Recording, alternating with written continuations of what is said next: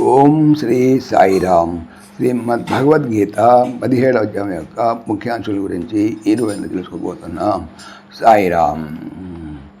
అధ సప్తదశోధ్యాయ 17వ అధ్యాయం శ్రద్ధాత్రయ విభాగ యోగము. ఈ అధ్యాయం యొక్క పేరు శ్రద్ధాత్రయ విభాగ యోగము. శ్రద్ధ మూడు విధములుగా ఉండును: సాత్విక శ్రద్ధ, రాజసిక శ్రద్ధ, తామసిక శ్రద్ధ అని. ఏ శ్రద్ధ గల వాని లక్షణములు ఏ విధముగా ఉండును ఈ అధ్యాయములో వివరముగా తెలుపబడినది. ఈ ప్రకారముగా మూడు విధములైన శ్రద్ధను అనగా గుణమును గురించి చెప్పబడిన అధ్యాయం ఒకటి వలన దీనికి శ్రద్ధాత్రయ విభాగ యోగముని పేరు కలిగింది. అయితే ఈ అధ్యాయంలో ఉన్నటువంటి ప్రధాన విషయం ఏమంటే మూడు విధాలైనటువంటి శ్రద్ధను గురించిన విషయాలు, అలాగే మూడు విధములైనటువంటి ఆరాధన, శాస్త్ర విరోధము వారు తపస్సు, మూడు విధములైన ఆహారము, మూడు విధములైన యజ్ఞములు, మూడు విధములైన తపస్సు, మూడు విధములైన దానము, ఓం తత్ సత్ అను మంత్రం యొక్క వ్యాఖ్య, అశ్రద్ధతో చేయు కార్యం యొక్క ఫలితములు.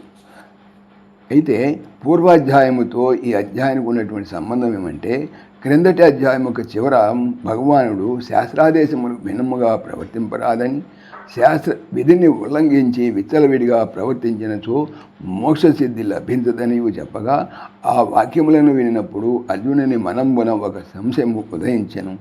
అది ఏదనగా ఎవరైనా అజ్ఞానం వలన కానీ లేక మరి కారణం వలన కానీ శాస్త్ర విధిని వదిలివేసి శ్రద్ధతో కూడుకున్న వారై పూజ యజ్ఞాదులను ఆచరిస్తూ ఉంటే అట్టి వారి పరిస్థితి ఏ విధంగా ఉంటుంది? వారి యొక్క ప్రవర్తన సత్వగుణ సంబంధమైనది అవుతుందా, లేక రజోగుణ సంబంధమైనది అవుతుందా, లేక తమోగుణ సంబంధమైనది అవుతుందా అని అట్టి సంశయము కలగానే అర్జునుడు వెంటనే దాని గురించి భగవాన్ని ప్రశ్నించారు. అర్జునుని ఈ ప్రశ్నతో ఈ అధ్యాయం ప్రారంభమవుతుంది. రేపటి సభలో తెలుసుకుందాం. సాయిరామ్.